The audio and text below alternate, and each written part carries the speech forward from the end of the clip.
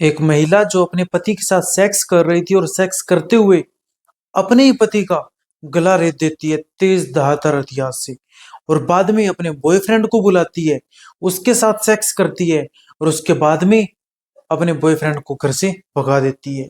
आखिर क्यों इसने सेक्स करते टाइम ही अपने पति का इस तरीके से गला रेता था, जानेंगे हम आज की इस रियल क्राइम स्टोरी के अंदर। मेरा नाम है सुमित ड्रीम्स और आप सबका स्वागत है हमारे इस बेहतरीन चैनल सुमित ड्रीम्स चैनल के अंदर। ये बात है यूपी के शाहजहांपुर की। शाहजहांपुर में आज से लगभग 10 साल पहले एक शादी हुई थी, पूजा और बलराम की। शादी में दोनों राजी थे, किस चीज की इनको कोई प्रॉब्लम नहीं थी। बलराम की जब शादी हुई तो शादी से पहले तो ये कुछ भी नहीं कमाता था, सिर्फ मम्मी पापा की कमाई पे ही थोड़ा बहुत अपना खर्चा उठा लेता था। और अब क्या था कि शादी के बाद में ये थोड़ा बहुत, अब इसको भी पता था कि अगर शादी हुई है पूजा से तो भाई बीवी है, कल को बच्चे होंगे, लाइफ में आगे बढ़ना है तो भाई कमाना तो पड़ेगा, नहीं कमाएंगे तो पीछे रह जाएंगे और जिंदगी में फिर आगे कोई पैसा देने वाला होगा नहीं। तब ये शादी के बाद में एक काम लग जाता है, और काम कभी बस वही मजदूरी, दिहाड़ी मजदूरी का काम करता है। कभी कहीं मजदूरी पे चला गया, कभी कहीं किसी के साथ चला, कभी किसी किसी के साथ चला गया। इस तरीके से ये काम करने लगा। धीरे धीरे समय बीता और समय के साथ साथ पूजा और बलराम के 4 बच्चे हुए, जिसमें 2 लड़की और 2 लड़के थे। 4 बच्चे हुए जिनमें अभी सन 2026 तक 3 बच्चे तो छोटे थे, और जो एक लड़का था वो पहली क्लास में उन्होंने लगाया था, यानी कि फर्स्ट क्लास में। अब सोच लो उसका एज क्या ही रहा होगा। और इसी तरीके से इनकी लाइफ कंटिन्यू चल रही थी।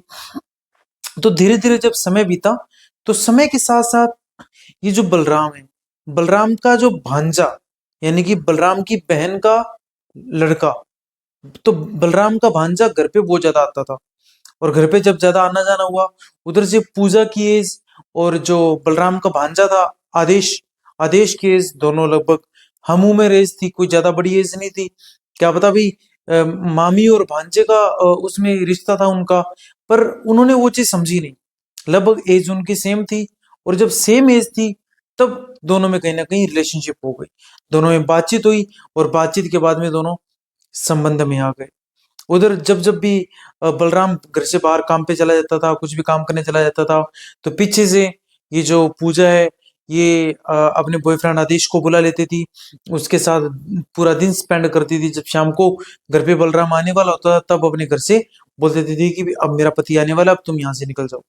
अब ये 1 दिन हो गया, 2 दिन हो गया, लगभग 6-7 महीने तक कंटिन्यू ये जो पूजा है, इसने संबंध बनाए अपने बॉयफ्रेंड के साथ, पर अपने पति को बिल्कुल भी भनक भी नहीं लगने दी कि भाई क्या चल रहा है और क्या नहीं चल रहा। पर आखिर करते कब तक छुपते ये लोग, तो कभी ना कभी तो मिलना ही था, कभी ना कभी तो पता चलना ही था बलराम को। तो इधर से बलराम को पता चल गया। जब बलराम को पता चला, बलराम बड़ा गुस्सा हुआ।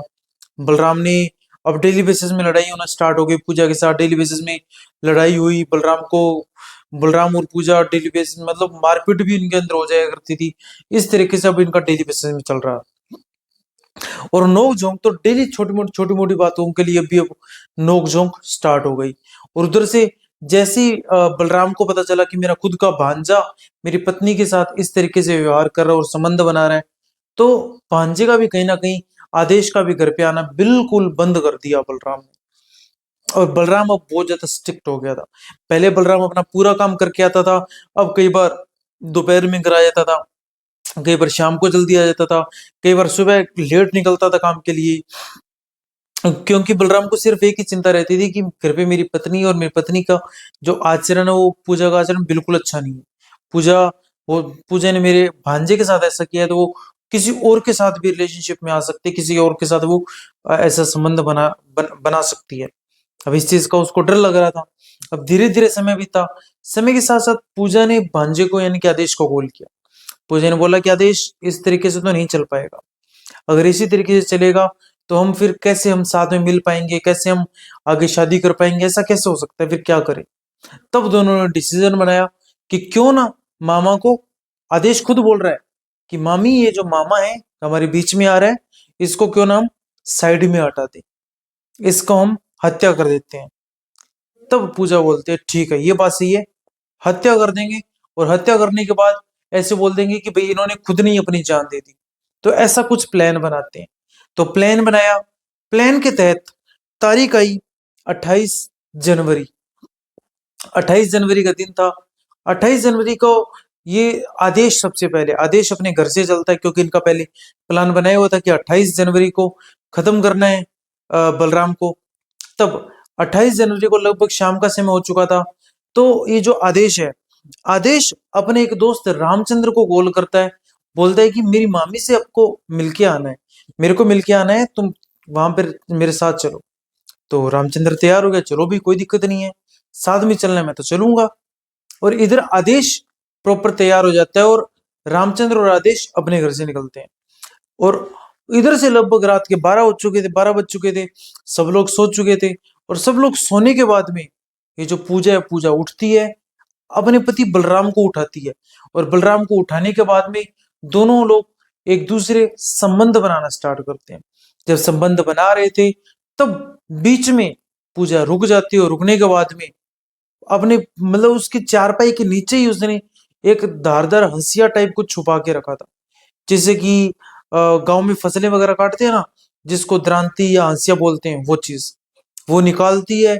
और निकाल करके सीधा गले पे मार देती है, किसके? अपने पति के। सोच के देखो, सेक्स करते हुए अपने पति के गले पे मार देती है। एक ही मारती है, तुरंत प्रभाव से मतलब खून का फुहारा चल जाता है वहां पर। और फिर बाद में एक और मारती है, तुरंत वहां पर मृत्यु हो जाती है पति की। जैसी पति की मृत्यु हुई, उधर से जो पहली क्लास में पढ़ने वाला जो लड़का था उनका, वो उठता है और उठते बोलता है, मम्मी क्या हुआ? पापा इस तरीके से चिल्ला क्यों रहे हैं? तो मम्मी बोलती है, बेटा सो जा सो जा। आपके जो पापा है वो थोड़े बीमार थे, मैंने उनके सुई लगाई है। सोच के देखो, एक कातिल माँ, एक कातिल पत्नी किस तरीके से अपने अपने ही लड़के को बहला फुसला रही है कि तेरे पापा एकदम सही है, उनको कोई दिक्कत नहीं है, उनको तो सिर्फ एक सुई लगाई है क्योंकि वो बीमार थे। उधर से बाहर खड़े हुए थे रामचंद्र और आदेश। और बाद में जब हत्या हो गई, तब पूजा बाहर गई और बाहर जाकर के गेट खोलती है और आदेश को अंदर ले आती है। आदेश के साथ भी वो सेक्स करती है, संबंध बनाती है। और संबंध बनाने के बाद आदेश को वहां से भेज देती है बाहर। बाद में अगले दिन सुबह के टाइम होता है, और सुबह के टाइम बलराम का एक बड़ा भाई राजू वो घर पे आता है। एक बार दरवाजा खटखटाता, कोई नहीं खोलता। दो बार खटखटाता, कोई नहीं खोलता। तीसरी बार जब दरवाजा खटखटाया गया, तब अंदर से पूजा भागती भागती आई और गेट खोला। और गेट खोल करके सीधा वहां पर राजू, जो कि उसका जेठ लगता था, उसके सामने रोने लगी, बिलखने लगी, जैसे कि ये तो इसने तो कुछ किया ही नहीं। और बोल रही थी सीधा कि जेठ जी, ये जो आपके भाई हैं, इन्होंने तो खुद ही अपनी जान ले ली। ये हंसिया था इनके पास, इन्होंने खुद नहीं अपना गला काट लिया और इन्होंने खुद नहीं अपनी जान ले ली। पर ऐसा तो बिल्कुल गलत था, बिल्कुल झूठ बोल रही थी ये जो पूजा थी। पर राजू को शक हो गया। राजू को लगा, यार अब मैं आया और अभी क्यों इतना शोर किया इसने? पहले कहाँ थी ये? जब वो अपना गला काट रहा था तब ये क्या कर रही थी? उसने खुद को ही क्यों नुकसान पहुंचाया और किसी को क्यों नहीं? तो राजू ने तुरंत प्रभाव से पुलिस को कॉल किया। पुलिस तुरंत प्रभाव से पहुंची, एक एम्बुलेंस की टीम भी पहुंची और एम्बुलेंस में बॉडी को डाला गया। और फिर पूछताछ के लिए पूजा को वहां से पुलिस स्टेशन ले जाया गया। शुरुआती जब थोड़ी सी सख्ताई की गई, तुरंत प्रभाव से पूजा टूट जाती है। और पूजा के साथ साथ वो जो पहली क्लास में पढ़ने वाला जो लड़का था, उसको भी पुलिस कहीं ना कहीं साथ में लेकर के गई थी। वो तो सोच के देखो, पहली क्लास में लड़का पढ़ रहा था, क्या ही एज रही होगी उससे। तो उसको आराम से टॉफी दे करके, चॉकलेट दे करके पुलिस वालों ने पूछा कि बताओ बेटा कि आपके पापा के साथ क्या हुआ था। तब वो लड़का बोलता है कि दरअसल रात को बहुत एक चींख निकली थी। जब उस चींख निकली, तब मैं मतलब मेरे पापा चिल्लाए जोर से, तब मैं एकदम से उठा। और उठने के बाद में मैंने माँ से पूछा कि पापा इतना चिल्ला क्यों रही है? तब माँ ने बोला कि नहीं नहीं, आपके पापा को सुई लगी है। जब पुलिस के सामने ये सारी बातें सामने आई, बाद में पूजा ने बोलते कि हाँ, दरअसल मैंने ही अपने ही हाथों से मेरे जो पति है उसकी मैंने हत्या की है। और फिर बाद में आदेश के बारे में बताया, रामचंद्र के बारे में बताया, और बाद में आदेश और रामचंद्र को भी कहीं ना कहीं गिरफ्तार कर लिया गया। सोच के देखो, एक हंसता खेलता परिवार, हंसते खेलते परिवार के अंदर बलराम कमाने वाला, एकमात्र कमाने वाला लड़का, जो कि अपने पूरे परिवार को अच्छे से पाल पोस रहा था। पूजा को क्या ऐसा, मतलब वेरी बैड यार, बहुत गलत। या तो देखो, अगर वाकई आपको आपके पति में इंटरेस्ट नहीं है तो भाई लीगली आप उससे साइड हो सकते हो, तलाक ले सकते हो, पर इसका मतलब ये नहीं है कि आप कत्ल कर दोगे। तो ये बहुत गलत बात है। और दूसरी चीज, महिलाओं को ये भी सोचना चाहिए भाई, आपके बच्चे हैं, आपका पति है, आपका पूरा परिवार है। कल को आप और किसी परिवार में भी जाओगे तो भाई रियली बता रहा हूँ, कभी खुश नहीं रहोगे। इसीलिए बोल रहा हूँ, जिसके साथ हो वहीं पर सेटल रहो और बस कामयाब रहो। आई होप आपको पूरी की पूरी केस स्टडी अच्छे से समझ में आई होगी। फटाफट से कमेंट करना मत भूलिएगा कि आपके हिसाब से आपकी क्या राय है, फटाफट से कमेंट कर दीजिएगा। चैनल को सब्सक्राइब कर लीजिए, क्योंकि इसी प्रकार की डेली बेसिस क्राइम स्टोरी मैं आप तक पहुंचाता रहता हूं। वीडियो को लाइक कर दीजिए। फिर मिलते हैं इसी प्रकार की एक और रियल क्राइम स्टोरी के साथ। तब तक के लिए जय हिंद।